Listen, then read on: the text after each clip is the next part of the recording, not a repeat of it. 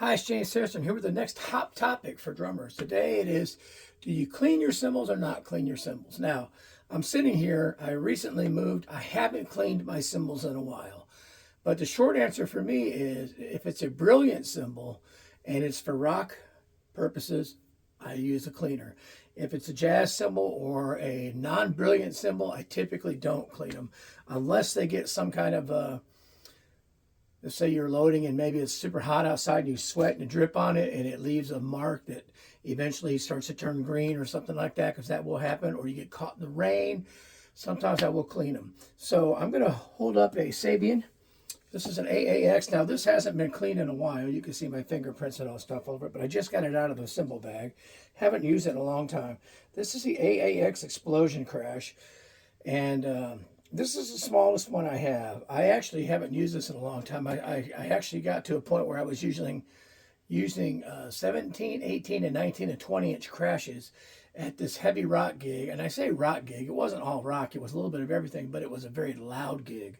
And to me, I use these cymbals and I use the Brilliant finish because I felt like, although they don't, some people say they don't cut as much, to me, the cleaner I made them and I got the fingerprints and stuff off, then I felt like they penetrated better. So this is a Brilliant finish. It's easy to clean. And if I'm going to clean it, I use a cleaner that's called Kickin' Brass. If you can find it, it does not take the logos off.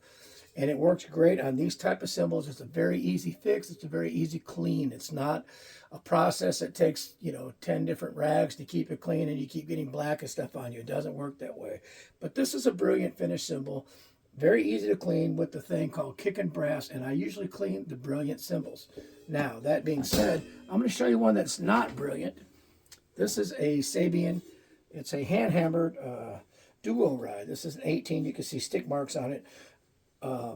Non-brilliant finish. So you can see here it's not lathed at all. And let me show you the back side of it, so you can see that. So it's kind of a strange cymbal, and you've got the lathe part that's non-brilliant, and then the part that's not lathed. But typically, if they're non-brilliant, it does take a little bit more work to get down into the grooves to clean it. So this being one of my jazz type cymbals, it's very dark. I don't typically clean it unless it gets some kind of, again, like I said, a mark that I find to be annoying, or let's say it got wet somehow or whatever, and it oxidizes and starts to turn green in that spot. I will clean that off. Now, I've been in the West for many, many years, and I'm in the East now, and things are definitely more humid stuff here, so we'll see how that changes. I grew up in humidity, but I haven't been around it in a long time.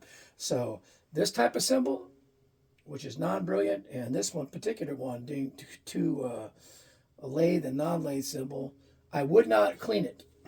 This type, being a brilliant, I would clean it. So there's my thing. Rock-oriented, loud projection, wanted a certain look and a cut, I clean it. Jazz, wanting more darkness, I don't. There's my answer. What's yours?